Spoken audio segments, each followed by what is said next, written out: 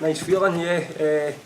It's still early days, I think once the first quarter goes, the league sort of sorts itself out, but we're definitely in a better position than we were this time last year with 3 points, but no, we've had a tough week in terms of the games, but it's been a really good week for the club, probably one of the best weeks that they've had in a long time with the performances that the players have put in, so that's credit to everybody at the club.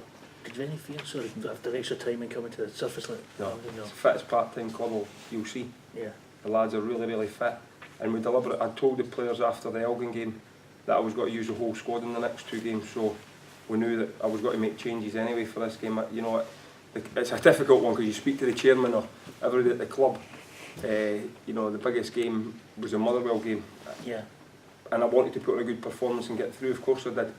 But I've got the squad where I was able to bring in 4 people today and it didn't weaken the team. So there was a freshness about us.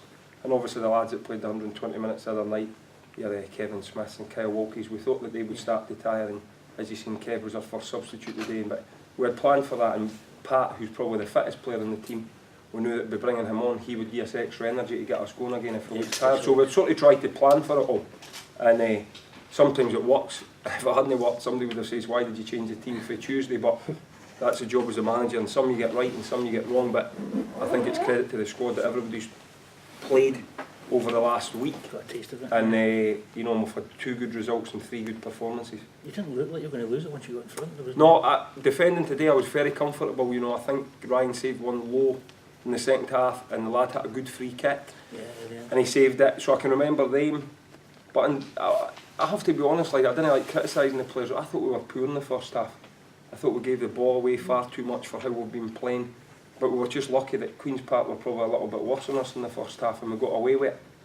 So we just said to the lads, look, we've not really played well, we can pass the ball better. I think the second half, once we got the second goal, we've missed chances to go further ahead. And then you're always a wee bit worried that Queen's Park get one and you start. But, probably too many crosses came into our box today for my liking. But standing behind the centre half when it was coming in for the right, I thought their positional sense was different class today, Paige and Jason. And we got a lot of credit for the way we're playing going forward now, but that's 2 clean sheets in 3 games, and they're starting to look a good partnership now at the back.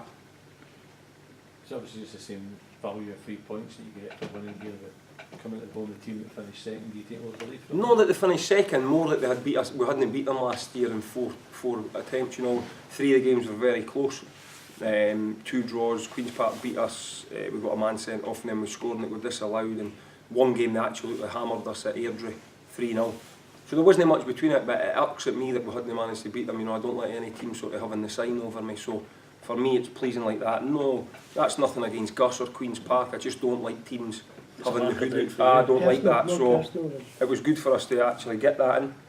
I think it's a result as well that it makes everybody sit up and take notice, because most of the people that watch the second division, the managers, they would fully expect Queen's Park to be in and around the playoffs come the end of the season, if no higher than that. So for us to come here and win 2-0 after a difficult game on Tuesday night is a great credit to the players.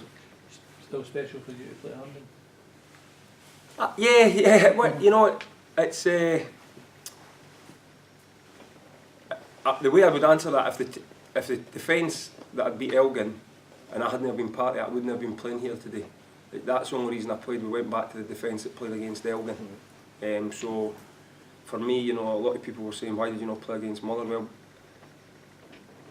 If you want, I've had my time of playing these sort of games, and I don't think it's right for me as a manager to deprive a youngster the chance to play against a team that he maybe never get to play against. So, plus up my legs probably wouldn't have lasted 3 games in a week. But that away, I didn't want to deprive one of our younger players to get the chance to put themselves against a full-time club and give themselves a chance to get noticed with a full-time club, or people in the stands to try and get themselves back full-time. So, that's why I didn't play during the week, and try to keep myself fresh for today. And as I say, it worked, but long way to go. I didn't get carried away. I'm already on to the next game. I've just said to Dougie there, what are you thinking for the team for next week? Who doing it on and that, and that's just the way I am. And I think every manager's the same. I think if you get beat, it plays in your mind over the weekend. For me personally, and I know people say, it's only a little level and you want to try and go higher than that. I can't read the papers, I can't even watch Match of the Day, or even though that's nothing to do with me, I have to get away from football when I get beat. It's something I was like that as a player. And then you speak to somebody like we, Colin Cannon, when we beat them, we didn't really talk about the game, and Mickey says, I've been quite lucky in my career that I can just switch off and you think that's gone, we're back to work the next day. So that's something I maybe need to try and improve on. I didn't really enjoy the victories, and I probably prolong the misery, defeats too long. What about the first goal then? What were your Craig Murray game? Great, he's had to be, I said to Craigie before the game today, you know, he started the season, I think we played Falkirk, he played really well. He didn't do so well against Dumbarton, took him off. He didn't do so well against East Stirling, so he lost his place in the team. The team then beat Berwick and Elgin. But I've got to always bring him in the day after Ross playing the other night, you know. But I think it shows that, you know, I've told him right from the start of the season, before any results, any performances, it's got to be a squad game this season. If you look at that, Craig Murray played in the first team for Aberdeen last year. He was on the bench for us for a couple of games. Kevin Smith's the captain, he was the first sub made today. It doesn't matter who it is, if it's for whoever it is for a team. Alan Walker missed the first couple of games, suspended, then left out. Probably our most experienced player in terms of games played at a high level. It doesn't matter to me, it's not about individuals. I explained that to them right at the start of the season. We could win 3 games in the bounce with the same team. In the 4th game I could change it, because I firmly believe that when I bring other players in, I ain't weakening the squad.